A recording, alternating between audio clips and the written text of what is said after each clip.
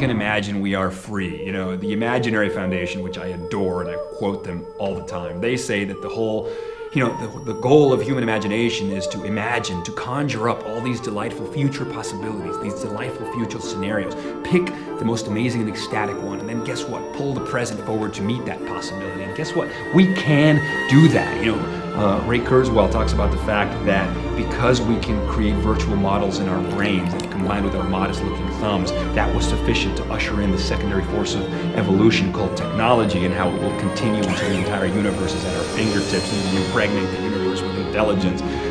Or Terence McKenna, when he says that, you know, what human beings do is take in matter of little organization, put it through our mental filterings, literally, and then extrude it in the form of space shuttles or iPhones. I mean, that's literally what's going on. If you were able to look at human progress as if through a time lapse over the last 100 years, you would see that literally thoughts spill over into the world in the form of technology. We engage in feedback loops with that technology, which then extends our ability to instantiate new realities in the world. You know, people talk about rendering files on Final Cut Pro, you know, like, well, we're more and more rendering our visions, our dreams, onto the instantiated Euclidean meat space. And that's incredible, and that's only increasing. You know, our capability, our ability to do that is only increasing because, you know, we're only limited by our imagination, and it's really the case. I mean, what you have now is this, you have exponential progress, right? These exponential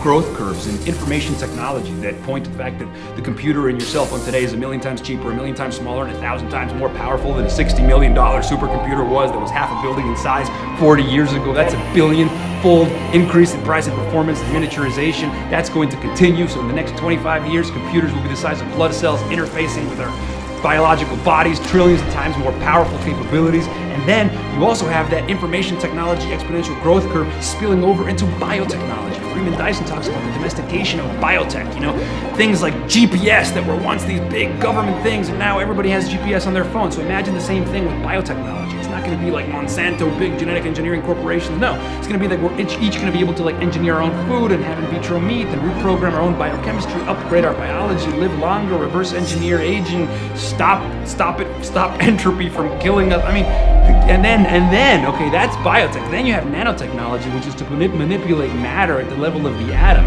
So at that point, the building blocks of the physical world will be programmable. So literally, we can turn, you know, dog shit into pearls. I mean, talk about abundance. Talk about giving the world everything they could ever need and more. I mean, each of us increasingly moving into universes of our own construction.